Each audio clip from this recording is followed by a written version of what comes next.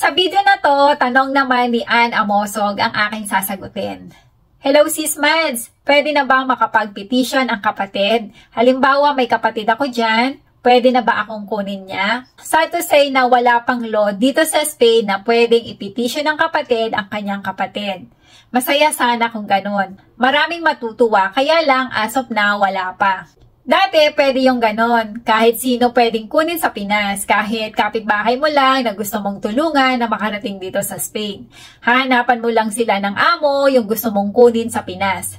Pero siguro dahil sa sobrang dami na ng mga iba't ibang lahi na narito sa Spain, ay binago na nila ang law dito.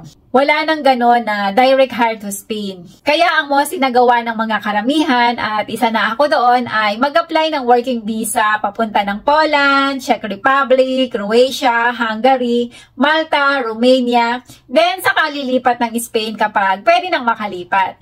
Karamihan din mga galing sa Norway, Denmark, Sweden, Iceland, and Netherlands as au pair naman doon.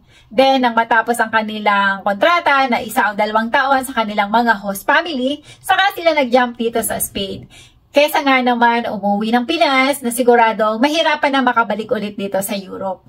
Yung iba naman ng mga nakadating dito ay nag-apply ng tourist visa sa Czech Republic, sa Netherlands, sa Greece, at kung saang bansa na under ng Schengen countries.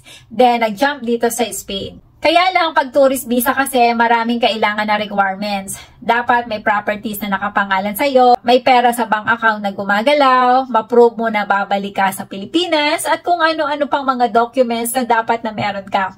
Kasi marami din na re-refuse sa pag-apply sa ngayon dahil sa naghihigpit na talaga sila.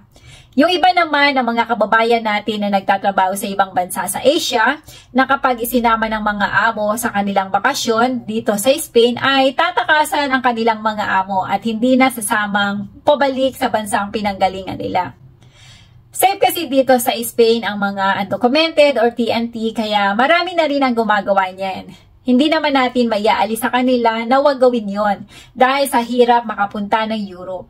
Malaking pera ang gagastusin at may kasabihan nga tayong mga Pilipino na minsan lang kumatok ang opportunity kaya dapat hindi natin to pinalalampas at baka wala ng U-turn pa.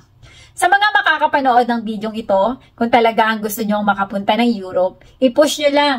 Sa tulong at will ni Lord, sigurado makakarating din kayo dito sa tamang panahon. Siya ang gagawa ng way para sa'yo. Huwag sana kayong mawawala ng pag-asa. Subok lang ng subok, pero sana alam nyo din kung kailan kayo susuko. Tulad ko noon, Canada talaga ang target ko na puntahan. Nakailang beses na akong na-scam sa pag-apply ko sa Canada. Sobrang laking pera na ang nakuha sa akin ng mga scammer, kasi hindi agad ako sumuko sa gusto ko. Pero hindi pala yon ang gusto ni Lord. Pang-Euro pala ako. May mas maganda pala siyang plano para sa akin dito. Kaya sa inyo na makakapanood nito, good luck sa inyong lahat. Laban lang ng laban. Si Lord nang bahalang mag-guide sa inyo. Magtiwala lang kayo. Maraming salamat sa panonood at nawa ay may natutunan kayo sa video kong ito.